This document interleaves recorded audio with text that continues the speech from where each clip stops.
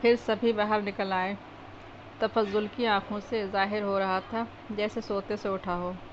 حقیقت بھی یہی تھی۔ قاسم نے بعد میں بتایا کہ وہ حمید کے جانے کے بعد گہری نیند سو گیا تھا، کرسی ہی پر پڑے پڑے خراٹے لیتا رہا تھا۔ نوکروں کو جھنجھوڑ جھنجھوڑ کر ہوش مندوں کی طرح گفتگو کرنے پر آمادہ کیا جا سکا۔ صاحب، ایک بولا، جیسے ہی میں نے بستر رکھنے کے لیے بیڈ روم کھولا، دھوئیں کا بھپکا باہر نکلا۔ دھواں بھرا ہوا تھا اندر۔ ابے کیوں جھوٹ بولتا ہے؟ تفضل نے ہونٹوں پر زبان پھیر کر کہا۔ ارے سرکار، دیکھ لیجیے چل کر۔ دروازہ کھول آئے ہیں؟ حمید نے پوچھا۔ جی سرکار۔ تو پھر اب وہاں دھواں رکھا ہوگا؟ وہ کچھ نہ بولا۔ دونوں بری طرح ہانپ رہے تھے۔ مسز تفضل نے حمید کی طرف دیکھا۔ آخر اسے کھولا ہی کیوں جاتا ہے؟ بھاری جھبڑے والے نے کہا۔ تفضل نے اسے گھور کر دیکھا لیکن کچھ کہا نہیں۔ اس کی بیوی نے طنزیہ لہجے میں کہا، کرائے پر دیا گیا ہے، آپ حضرات کرایہ دار ہیں۔ ارے اوہ، یہ کیا غلطی! قدیر صاحب، موٹے نے آنکھیں نکالیں، براہ کرم میرے معاملات میں دخل انداز ہونے کی کوشش نہ کیجیے۔ لا حول ولا قوت! میں نے تو… نہیں، کچھ نہیں، میں دیکھوں گا کہ وہ کیسے بھوت ہیں۔ کیوں جناب؟ حمید اس کی آنکھوں میں دیکھتا ہوا بولا۔ ارے سب بکواس ہے، آئیے میرے ساتھ۔ قدیر، تمہیں کیا پڑی تھی؟ کیوں بولے تھے؟ بیگم نے جھلائے ہوئے لہجے میں کہا۔ موٹا آگے بڑھ گیا۔ دفعتاً بیبی نے آگے بڑھ کر اس کا ہاتھ پکڑتے ہوئے کہا، نہیں ڈیڈی، خدا کے لیے وہاں نہ جائیے۔ موٹا آگے بڑھ گیا۔ دفعتاً بیبی نے آگے بڑھ کر اس کا ہاتھ پکڑتے ہوئے کہا، نہیں ڈیڈی، خدا کے لیے وہاں نہ جائیے۔ کیا حماقت ہے! کیا تم سب مجھے ان دونوں شریف آدمیوں کے سامنے ذلیل کرانا چاہتے ہو؟ اس نے جھٹکے سے ہاتھ چھڑایا اور آگے بڑھتا چلا گیا۔ حمید اور قاسم پیچھے تھے۔ قاسم ہونٹوں ہی ہونٹوں میں کچھ بڑبڑا رہا تھا۔ وہ عمارت کے آسیاب زدہ حصے میں آئے، لیکن بناوٹ کے اعتبار سے اسے اس عمارت کا حصہ تو نہیں قرار دیا جا سکتا تھا۔ یہ پرانے طرز کی عمارت تھی اور اس کی تعمیر بھی دوسری عمارت سے پہلے ہی ہوئی ہوگی۔ حمید نے رک کر کہا، میں نے تو سنا تھا کہ یہ آپ کی رہائشی عمارت ہی کا ایک حصہ ہے۔ جی نہیں، غلط سنا تھا آپ نے، یہ ہمارا آبائی مکان ہے۔ برابر والی عمارت میں نے تعمیر کرائی تھی۔ یہ میرے والد صاحب نے بنوائی تھی۔ بنوائی کیا تھی، مرمت کرائی تھی، ورنہ عمارت تو دادا جان کے وقتوں کی ہے۔ وہ آگے بڑھے اور اس کمرے کے قریب پہنچے جس کا حوالہ نوکروں نے دیا تھا۔ دروازہ کھلا ہوا نظر آیا۔ ارے باپ رے! قاسم بوکھلاہٹ میں پیٹ پر ہاتھ پھیرنے لگا۔ کمرے کے فرش پر تازہ تازہ خون پھیلا ہوا تھا۔ تفضل نے حمید کی طرف دیکھ کر پلکیں جھپکائیں اور تھوک نگل کر رہ گیا۔ امیں واقعی بھوت! قاسم نے سسکاری سی لی۔ اور یہ تو سوچو کہ میں بھوتوں کے لیے کتنے دنوں سے تڑپ رہا ہوں۔ حمید مسکرایا۔ جی؟ تفضل نے حیرت سے آنکھیں پھاڑ دیں۔ جی ہاں، حمید سر ہلا کر بولا، یہ میری خوش قسمتی ہے کہ ایک ایسی عمارت بالآخر مل ہی گئی جس میں بھوت رہتے ہیں۔ چلیے ٹھیک ہے، تفضل نے طویل سانس لے کر کہا، مگر میں اس منگل شاہ کے بچے سے سمجھ لوں گا جس نے 500 روپے کے خرچے پر یہاں بھوتوں کو نکالا تھا۔ فکر نہ کیجیے، پہلے نہیں نکلے تھے تو اب نکل جائیں گے۔ جی نہیں، جی نہیں، اب میں آپ کو یہاں نہیں رہنے دوں گا۔ میں اسی غلط فہمی میں مبتلا تھا کہ منگل شاہ کا عمل کامیاب رہا ہوگا۔ میں اپنی ذمہ داری پر رہوں گا۔ آپ ادھر ہی چل کر رہیے، یہاں نہیں۔ خیر، اس کے متعلق پھر سوچیں گے۔ مجھے اس کتے کی موت کا بے حد قلق ہے۔ آئیے کہیں بیٹھیں۔ یہاں؟ جی ہاں، یہیں۔ ڈریے مت، میرے پاس بھوتوں سے بچنے کے لیے بہت تگڑا تعویذ ہے۔ مگر وہ شاید بلڈ ہاؤنڈ، اف بار بار اس کی تصویر آنکھوں میں پھرتی ہے۔ بس کیا بتاؤں، بڑی دردناک موت ہوئی ہے۔ خدا اس عورت پر رحم کرے، موٹا بھررائی ہوئی آواز میں بولا۔ اور حمید نے قاسم سے کہا، بڑے بھائی، تم ذرا دروازے پر ٹھہرو گے؟ کوئی بھوت اندر داخل ہونے کی کوشش کرے تو اٹھا کر باہر پھینک دینا۔ ضرور ضرور، قاسم دونوں آنکھیں مار کر مسکرایا اور صدر دروازے کی طرف بڑھ گیا۔ وہ کمرے میں آئے۔ یہ نشستھی کا کمرہ ہو سکتا تھا۔ یہاں معمولی قسم کا فرنیچر نظر آیا۔ ہاں، تفضل صاحب، کتنے دنوں سے تھا یہ کتا آپ کے پاس؟ حمید نے پوچھا۔ 1 ماہ سے، اور بیگم صاحبہ غالباً کتوں سے نفرت کرتی ہیں، اسی لیے پہلے آپ کے یہاں کوئی کتا نہ رہا ہوگا۔ جی ہاں، پہلے کبھی نہیں تھا۔ اسے کیوں رکھا تھا آپ نے جب معلوم تھا کہ بیگم صاحبہ اتنی جابر ہیں؟ ارے بس کیا بتاؤں، میرا خیال ہے کہ کوئی میرے یہاں لمبی چوری کی طاق میں ہے۔ چوکیدار تو رہتا ہے، لیکن اگر کئی آدمی ہوئے تو وہ اکیلا ان کا کیا بگاڑ لے گا؟ چوری کا خیال کیسے پیدا ہوا تھا؟ ایک رات کچھ آدمی کمپاؤنڈ کی دیوار پر نظر آئے تھے۔ اتفاقاً میری آنکھ کھل گئی تھی۔ چوکیدار نے بھی انہیں نہیں دیکھا تھا۔ میں نے للکارا تو بھاگ نکلے۔ اس کے باوجود بھی بیگم صاحبہ نے کتا رکھنے کی مخالفت کی تھی۔ مجھے حیرت ہے۔ وہ فرماتی ہیں 10 آدمی رکھ لو مگر ایک کتا نہ رکھو۔ میں کہتا ہوں ایک کتا 10 آدمیوں سے زیادہ چالاک ہوتا ہے، مگر اس عورت کو کون سمجھائے؟ جب بھی مجھ پر غصہ آتا تھا بیچارے کو پیٹ کر رکھ دیتی تھی، اور وہ بھی اس کا دشمن ہی ہو گیا تھا۔ اگر ایک بار بھی باہر نکلتی تو چتھرے ہی اڑا کر رکھ دیتا۔ اسی ڈر سے وہ کبھی رات کو باہر نہیں نکلتی تھی۔ تب تو مار ڈالنا ہی ضروری ہوا۔ ارے تو خواہ دشمن بنایا تھا اپنا، بندھا ہوتا تھا مار لیتی تھی۔ کھلا تو آنکھ اٹھا کر دیکھنے کی بھی ہمت نہ پڑے۔ بہرحال مجھے اس کی موت پر بے حد افسوس ہے۔ حمید نے کچھ سوچتے ہوئے کہا، دوسری شادی نہ کرنی چاہیے۔ یہی تو حماقت ہوئی ہے مجھ سے، وہ ران پر ہاتھ مار کر بولا۔ اور اس طرح حمید نے تصدیق کر لی کہ وہ بیبی کی ماں نہیں ہے، لیکن بیبی سے برتاؤ برا نہیں معلوم ہوتا۔ مگر یہ قدیر صاحب خواہ آپ کو غصہ دلا رہے تھے، حمید نے کہا۔ مجھے سخت نفرت ہے اس آدمی سے، اس سے ہی نہیں بیگم کے سارے کزنوں سے۔ سگا بھائی کوئی نہیں ہے، لیکن کزنوں سے بہرحال محفوظ ہی رکھے۔ تعداد زیادہ ہے کیا؟ میں آج تک انگلیوں پر تو نہیں گن سکا۔ اوہ معاف کیجیے گا، میں نجی باتوں میں الجھ گیا۔ یہ تو میرا مقدر ہے، الجھوں گا۔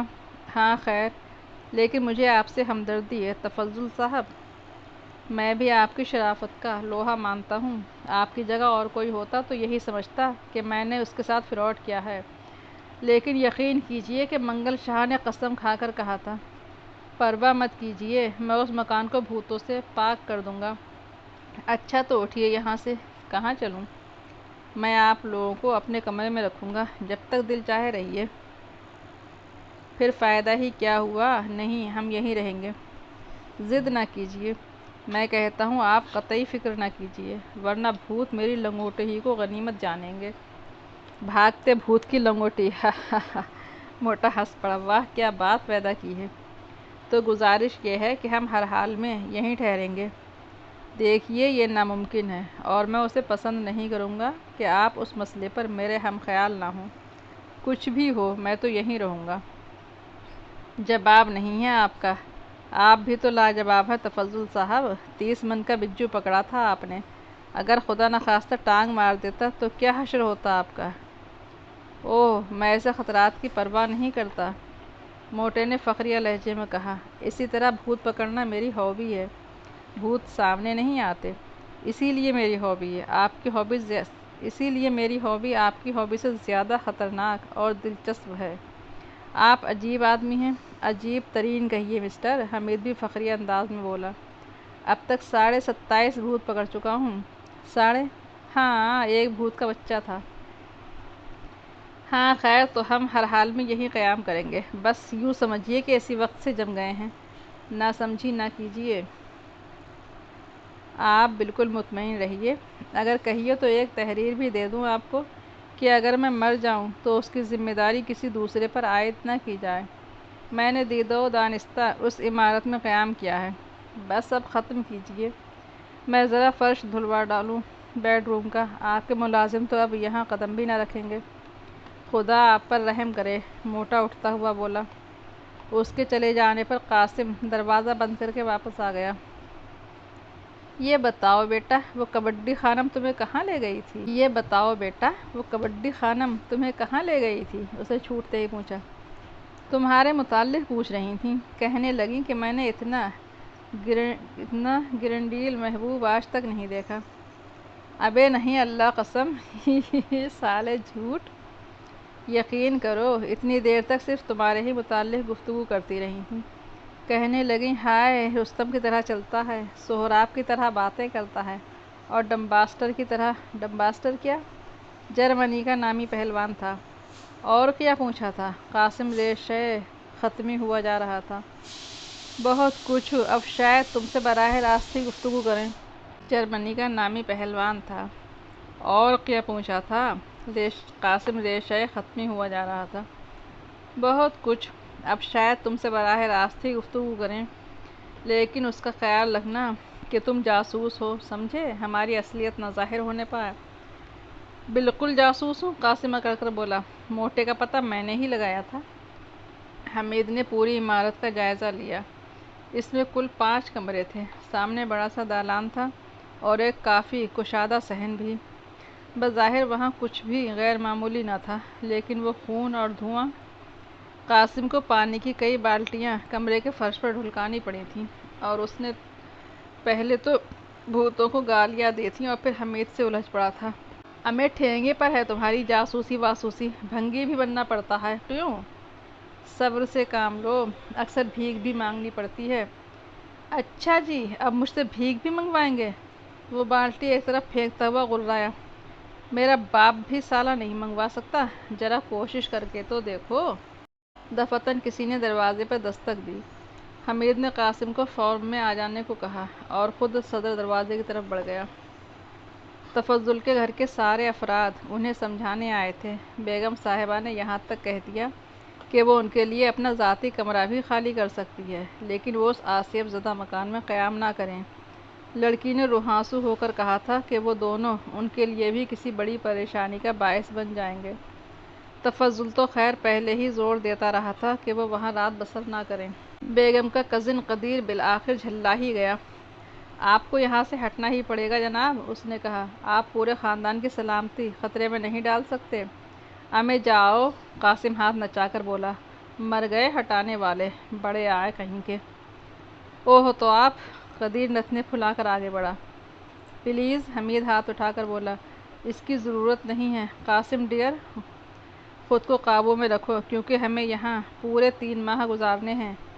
آپ 1 منٹ بھی نہ رہ سکیں گے؟ قدیر بولا۔ بھوتوں کے طرفدار ہیں آپ؟ حمید نے تیز لہجے میں پوچھا۔ رشتے کے وہ لگتے ہیں، قاسم پھوڑ پن سے ہنسا تھا۔ آپ لوگ بات بڑھا رہے ہیں، بیگم تفضل نے کہا۔ آپ کوشش کیجئے کہ نہ بڑھنے پائے، جس کا بہترین طریقہ یہی ہوگا کہ ہمیں ہمارے حال پر چھوڑ دیا جائے۔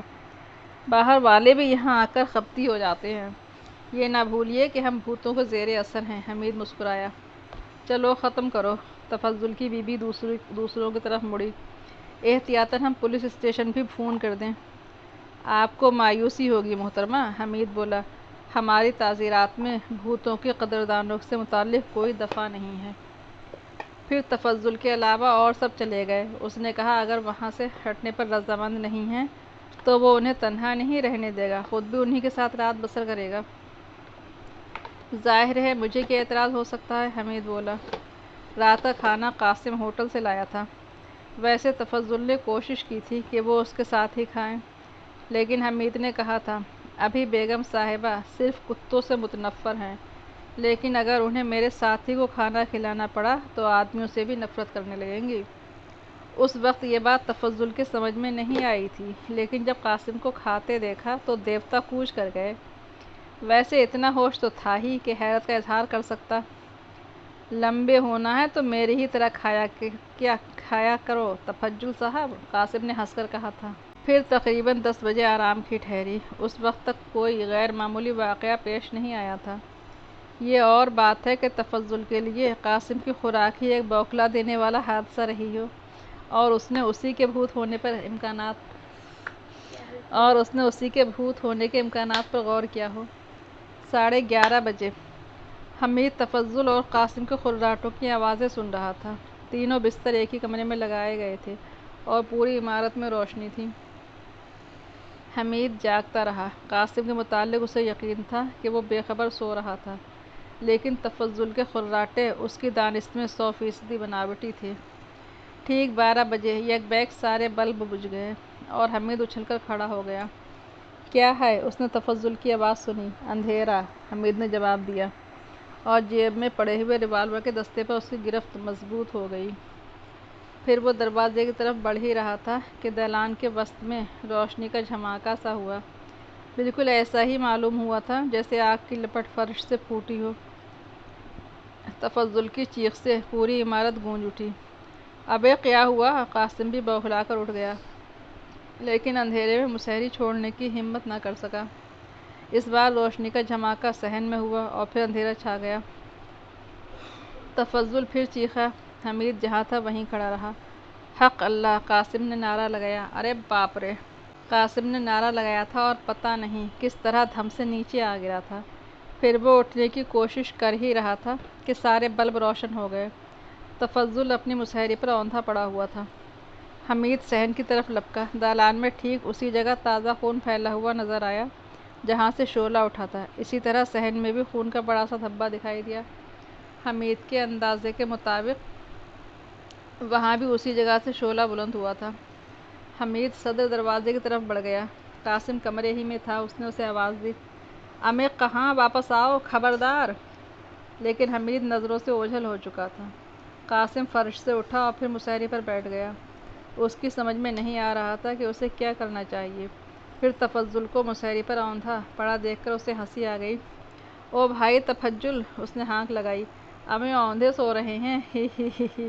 ارے کیسے لیٹا جاتا ہے؟ میں تو اس طرح نہیں لیٹ سکتا۔ تفضل کا منہ اسی کی طرف تھا۔ اس نے آنکھیں کھول دیں۔ سالے واقعی بھوت معلوم ہوتے ہیں، قاسم نے کہا۔ کیا ہوا؟ تفضل نے بھررائی آواز میں پوچھا۔ اب میں سگار تو پیتا نہیں ہوں کہ سوچ کر بتا دوں۔ پتہ نہیں کیا ہوا، قاسم نے کہا۔ غالباً کرنل فریدی کا سگار اس کے ذہن کے کسی گوشے میں کلبلایا تھا۔ حمید صاحب کہاں گئے؟ بھوت پکڑنے؟ اف، وہ کیسی نادانی ہے! تفضل بڑبڑایا۔ پھر قاسم سے بولا، ذرا اٹھائیے تو مجھے۔ امیں اب ایسا بھی کیا؟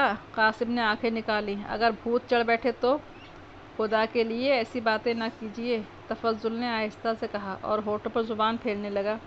اس کی آنکھوں سے خوف جھانک رہا تھا۔ ارے تو ڈرتے کیوں ہو میاں؟ وہ مچھلی پکڑنے والے جال سے بھوت پکڑتا ہے، قاسم نے کہا اور پھر مزید کچھ کہنے کے لیے زبان ہلانے سے قبل ہی یاد آ گیا کہ وہ حمید کا اسسٹنٹ ہے اور خود بھی جاسوسی کرنا سیکھ رہا ہے۔ اس نے دونوں ہاتھوں سے منہ دبا لیا۔ کیا پتہ زبان پھسل ہی جاتی۔ کیوں، کیا بات ہے؟ تفضل نے اسے ٹوکا۔ ارے میں نے کہا کہیں یہاں والے بھوت برا نہ مان جائیں، قاسم نے بھررائی ہوئی آواز میں کہا۔ وہ حضرت گئے کہاں؟ خدا کے لیے انہیں آواز دیجیے، مجھے خوف معلوم ہو رہا ہے۔ خوف کے نام پر قاسم کو خیال آیا وہ خود بھی شاید خوفزدہ ہے، کیا پتہ بھوت ہی ہوں۔ اسے برف کے بھوت یاد آئے اور سوچا وہ تو آدمی ہی تھے، لیکن ضروری نہیں کہ ہر بھوت میں آدمیت پائی جائے۔ تو پھر میں تمہیں اٹھاؤں؟ اس نے کانپتی ہوئی آواز میں تفضل سے پوچھا۔ کیوں؟ تلاش کرو جا کر، قاسم نے کہا۔ میں نہیں، ہرگز نہیں، میں کمرے سے باہر نہیں نکلوں گا۔ اچھا جی، قاسم آنکھیں نکال کر بولا۔ تو پھر کیا میں نکلوں گا؟ کوئی میری جان پہچان ہے یہاں کے بھوتوں سے؟ کوئی سالہ نام پوچھ بیٹھا تو کیا کروں گا؟ سالہ! ارے باپ رے! سالہ نہیں، پیارے بھوت بھائی، تمہیں نہیں کہا۔ وہ بوکھلاہٹ میں اپنا منہ پیٹنے لگا۔ قاسم کچھ اسی قسم کا آدمی تھا۔ آہستہ آہستہ ہی اسے کسی خطرے کا احساس ہوتا تھا یا پھر خطرے سے گزر جانے کے بعد خوفزدگی کی باری آتی تھی۔ مثال کے طور پر ایک بار کا ذکر ہے کہ دارالحکومت کی ایک بارونق سڑک پر کسی بپھرے ہوئے سانڈ نے ابتری پھیلا دی تھی۔ لوگ بے تحاشا آس پاس کی گلیوں میں گھستے پھر رہے تھے، بہترے گرے تھے اور ان کی خاصی چوٹیں آئی تھیں۔ اتفاقاً قاسم کا گزر بھی ادھر ہی سے ہو گیا۔ آؤ دیکھا نہ تاؤ، جھٹ گاڑی روک کر نیچے اترا اور سانڈ کے سینگ پکڑ لیے۔ دونوں میں زور ہونے لگا۔ کبھی سانڈ اسے دور دھکیل لے جاتا اور کبھی قاسم اسے رگید کر رکھ دیتا۔ پھر کچھ فوجیوں نے وہاں پہنچ کر اس کھیل کا خاتمہ کیا تھا اور قاسم کی خوب پیٹھ ٹھوکی گئی تھی۔ اس کے کانوں میں بے شمار سریلی آوازوں نے رس ٹپکایا تھا۔ لیکن گھر پہنچ کر جب اسے وہ سچویشن دوبارہ یاد آئی تو اس پر لرزہ طاری ہو گیا۔ اس نے سوچا اگر سینگ چھڑا کر سالہ پیٹ پھاڑ دیتا تو کیا ہوتا؟ ہائے کیا ہوتا؟ اس نے رو دینے والی آواز میں بیوی سے پوچھا۔ کاہے کا کیا ہوتا؟ بیوی اسے گھورنے لگی تھی۔ اسے کیا پتہ کہ حضرت باہر کیا کر آئے تھے اور اب ان پر کیا گزر رہی تھی۔ بہرحال قاسم وضاحت کرنے سے پہلے ہی تڑ سے گرا تھا اور بے ہوش ہو گیا تھا۔ بالکل اسی طرح اس وقت بھی بھوتوں کا خوف میدان صاف ہو جانے کے بعد ہی طاری ہوا۔ گھگی بند گئی اور اس خیال سے کہ اگر اندھیرے میں بھوت گردن دبوچ لیتا تو کیا ہوتا۔ امیں او بھائی تفضل، اس نے کانپتے ہوئے کہا۔ یار مذاق تو نہیں کر رہے؟ کیسا مذاق جناب؟ میں جناب نہیں، الو کا پٹھا ہوں، بس اب خاموش رہو۔ ارے باپ رے کتنی سردی ہے! اس کے دانت بھی بجنے لگے۔ اتنے میں قدموں کی آوازیں سنائی دیں جو رفتہ رفتہ قریب آ رہی تھیں۔ دانت اور تیزی سے بجنے لگے، لیکن جیسے ہی آنے والے کمرے میں داخل ہوئے، اس نے جھٹکے کے ساتھ دانتوں پر دانت جمانے کی کوشش کی، جس کا نتیجہ یہ ہوا کہ زبان بری طرح کچلی گئی اور وہ دونوں ہاتھوں سے منہ دبائے ہوئے سیدھا ہو گیا۔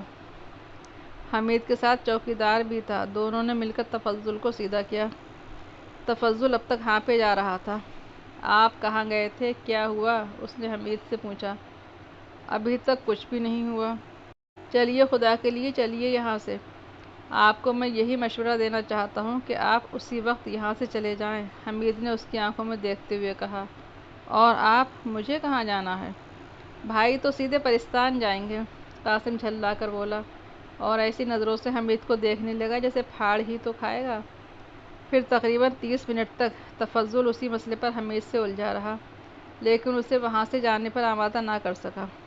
قاسم نے ٹھنڈی سانس لی اور بے بسی سے بولا، خدا کا شکر ہے کہ میں عورت نہیں ہوں۔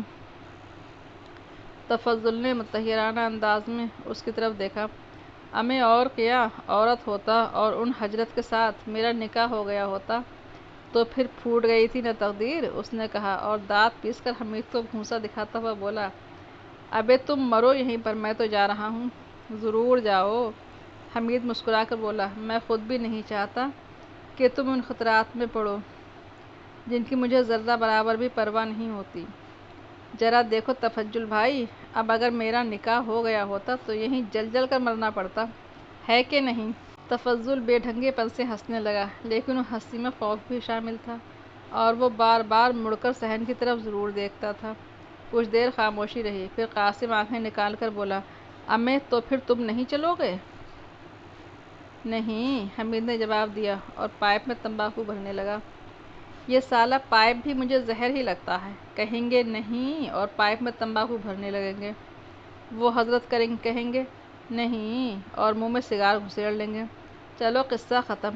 ٹھینگے پر گئی ایسی وہ غالباً وہ جاسوسی کہنا چاہتا تھا، لیکن دفعتاً حمید کی آنکھیں دکھانے پر ہوش آ گیا اور پھر زبان سے وہ کے علاوہ اور کچھ نہ نکل سکا۔ حمید سوچ رہا تھا کہ قاسم کا اس سے الگ ہونا کہیں کوئی دوسرا مسئلہ نہ پیدا کر دے۔ ذہنی روح بہکتی ہے تو پھر اسے ہوش نہیں رہتا کہ وہ کہاں ہے اور کیا بک رہا ہے، لیکن فی الحال کوئی ایسی تدبیر نہ سوجھ سکی جس کے تحت اسے روکا جا سکتا۔ چلیے صاحب، پھر آپ ہی چلیے، تفضل کرا کر اٹھتا ہوا بولا۔ میں؟ قاسم نے آہستہ سے کہا، پھر پاگلوں کی طرح رانے پیٹتا ہوا چیخا، ارے میں کہاں جا سکتا ہوں؟ مجھے تو اسی افلاطون کے ساتھ یہیں مرنا سڑنا گلنا ہے۔ ہائے سالے ابا جان، تم نے کہیں کا نہ رکھا، دھکے کھاتا پھر رہا ہوں۔ یہ کیا کہہ رہے ہیں؟ تفضل نے متحیرانہ لہجے میں حمید سے پوچھا۔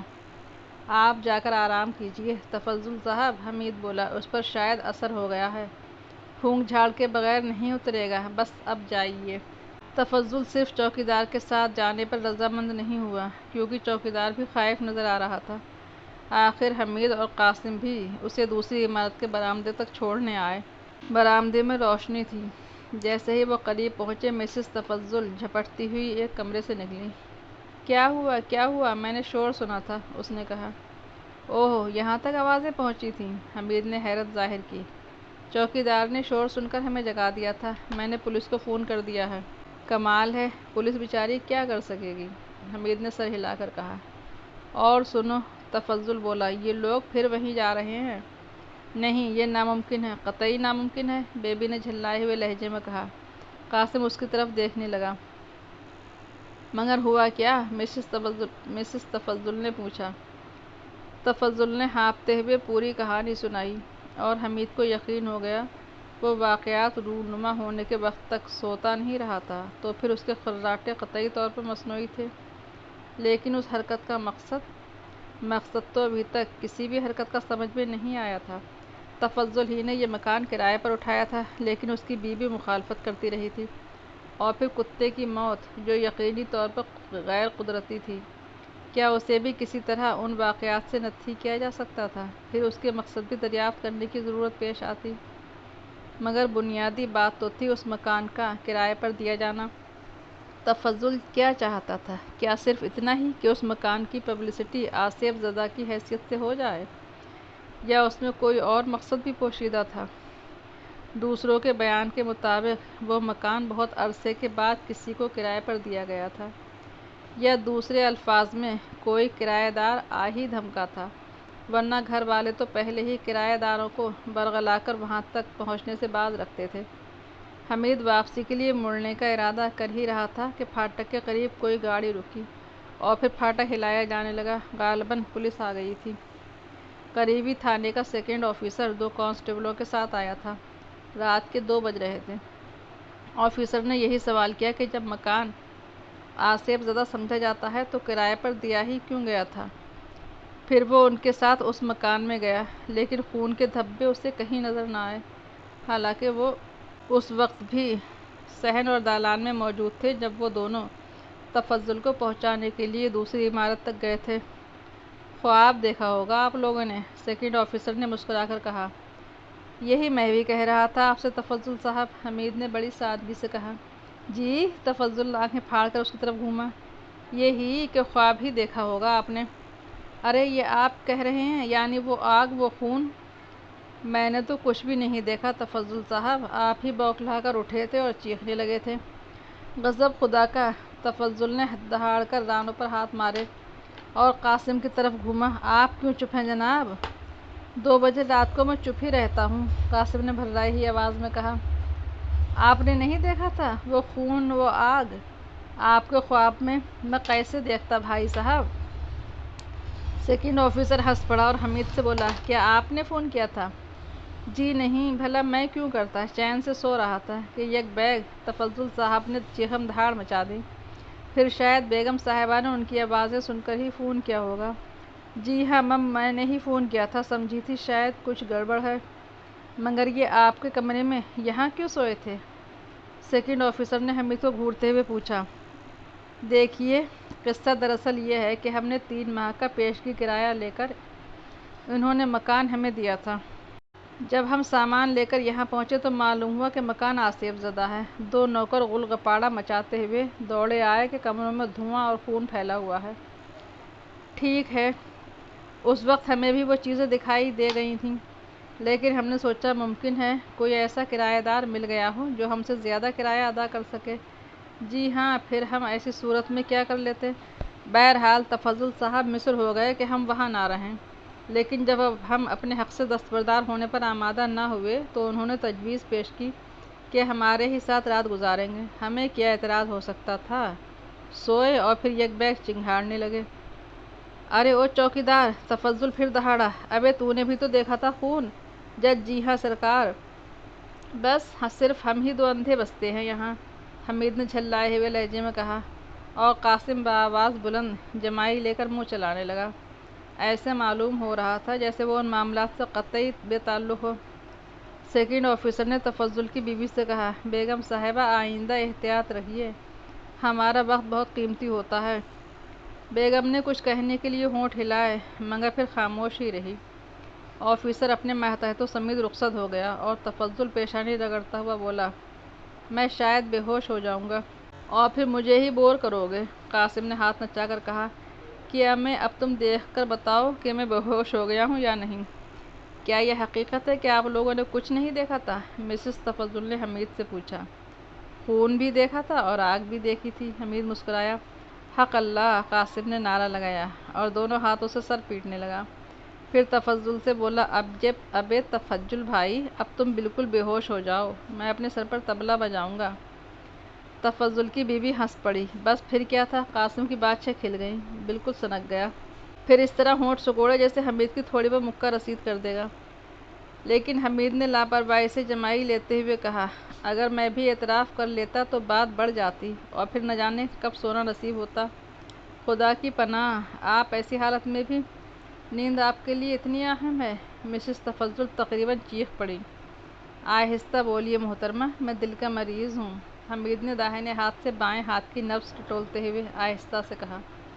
یہ لوگ خود بھی بھوت ہیں، میں سمجھ گیا، تفضل نے غصیلے لہجے میں کہا۔ آؤ چلیں۔ آپ نے پولیس والوں سے غلط بیانی کیوں کی؟ مسز تفضل نے پھر حمید کو مخاطب کیا۔ سچی بات سے بھی اسے کوئی دلچسپی نہ ہوتی۔ البتہ اگر میں یہاں مر جاؤں تو لاش کا پوسٹ مارٹم ضرور ہوگا۔